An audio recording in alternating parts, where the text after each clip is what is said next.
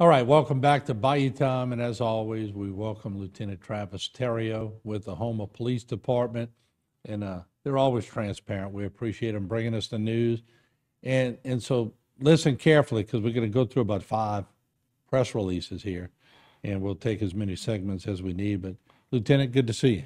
Thank you for having us. Anytime. Tell you what, this is one of those when you sit on the news desk and somebody hands you 5 police reports. We know y'all have had a busy few days. Yeah, okay. It's been pretty busy. Yeah, no doubt. Let's start off with the first one, the November 24th incident. Can you give us some updates on that? Yeah, so someone seen something suspicious going on at one of the car washes on the east side of Houma, and it's common for people to try and break into the change machines. So they called it in. Our units had a great response time. They worked together. They went over there, and by that point in time, the suspect had actually made it into the one of the storage rooms, and it gave them access to the change machines. And they surrounded it. They gave some verbal commands. They took him into custody without incident. Great example of police working with and the citizens as well, calling it in. And timing is everything when you're talking about grabbing a bunch of change in dollars and moving quick. Yep, that's right. That's right. All right, well, good work on that one. Let's move on to, you have a November 23rd press release that you sent out. Maybe you can elaborate on that a little bit. Yeah, so we had a 19-year-old male victim. Luckily, it was a non-life-threatening injury, but he was walking on Columbus Street near Beaumont, and a light-colored vehicle approached him for an unknown reason, he says, and he was shot as a result. He was transported by family members to a local medical facility quickly, and medical staff treated him, and as far as we know, he's recovering from his injuries. But to date, we have not developed a suspect or a motive for the shooting. So if the public has any information, it's welcome. And that's a Crime Stoppers deal too, right? Yep, absolutely. They'd be eligible for a reward. They can call 873-6371 or submit a tip anonymously. There you see it on the screen through Crime Stoppers Bayou Region by 1-800-743-7433. Or you can go online. So once again, $1,000 in cash if information leads to an arrest in that particular case.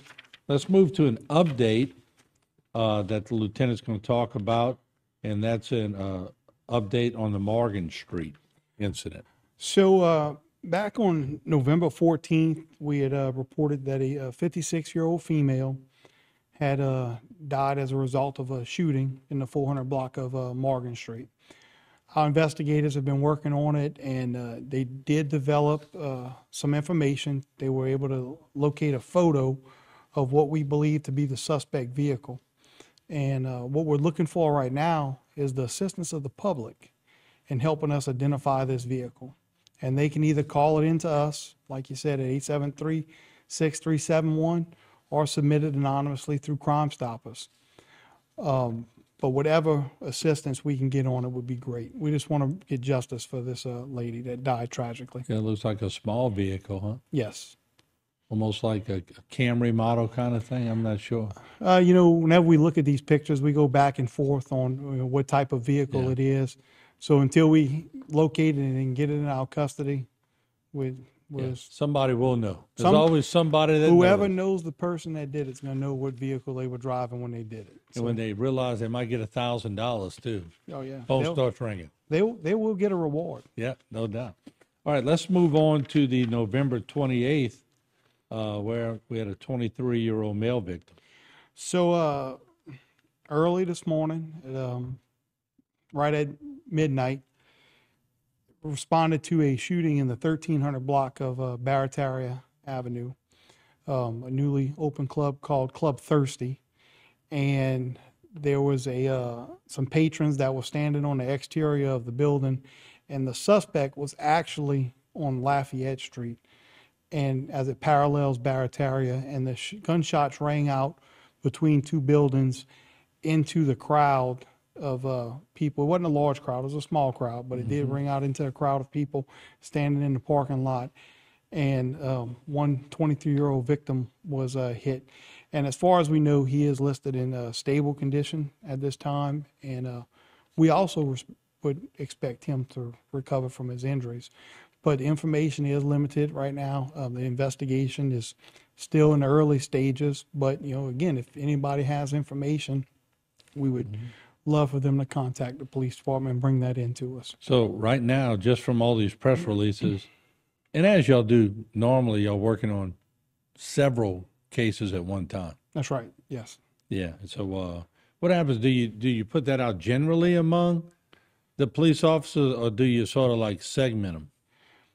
So whenever we assign them, Yeah.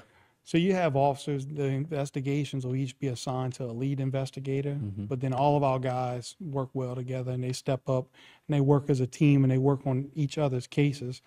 And because there's, like I said, there's no I in team, and we have a great team of officers at the police department. And somebody may talk to a specific officer because they know him well, and that'll lead to That's right. the arrest. That's right. And that's exactly how it works. We're very resourceful, and what's most important is the relationship that you have with your community. And I think we have a good one. Yeah, y'all do. Y'all been out there for a long time. We're going to take a break. We'll come back and talk about, let's change the mood a little bit. We'll talk about some good things, what's happening with PD, and maybe you could give us some tips and some different things that are taking place. All right, we'll take a break. We'll be right back with Lieutenant Travis Theriot. He's been there for a long time. We appreciate him being here. Don't go away.